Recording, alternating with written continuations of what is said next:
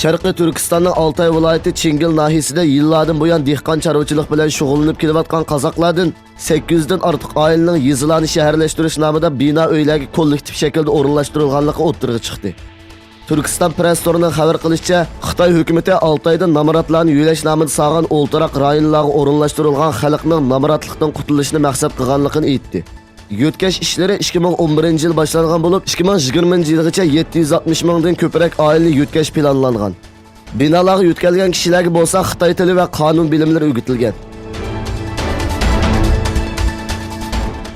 Ommaviy taratquv manbalari bo'lgan Facebook va Twitter Xitoyning Hong Kong alohida ma'muriy rayonida davomlashayotgan namoyishlar haqida xato uchur tarqatdi degan ayplash bilan yuzlagan hisobni taqib etgan.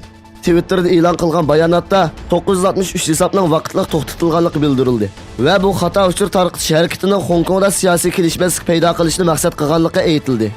Bayonotda bu haqda ilib berilgan tekshirishda bu harakatning Xitoy hukumati tomonidan qo'llashga erishganligi haqida ishonchli isbotlarga erishganligi bildirildi.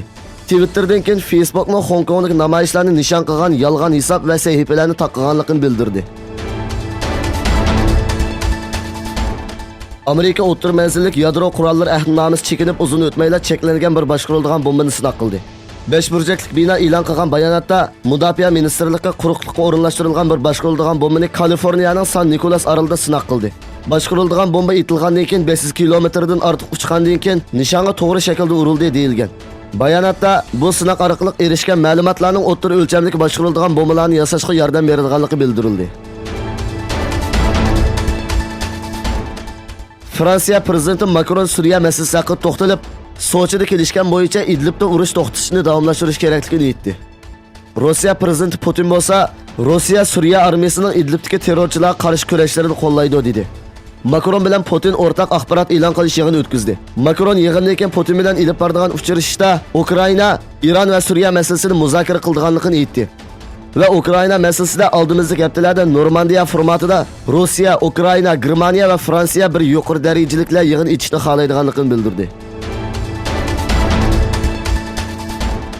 İran Tashqi ishlar ministri Muhammad Javad Zarif yangi bir yadro kelishim uchun Amerika bilan muzokara qilishni xohlamaydiganligini bildirdi. İran davlat taratqullarining xabar qilishicha, Finlandiyada ziyorati bo'layotgan Zarif Finlandiya tashqi ishlar ministri bilan ko'rishgandan keyin o'tkazgan axborot e'lon qilish yig'inida Washington bilan Tehron orasida muzokara ishqining taqalganligini aytdi. Hamda vositachilik hammadan burun Amerikaning va'dasiga rioya qilish uchun qilinish kerakligini bildirdi.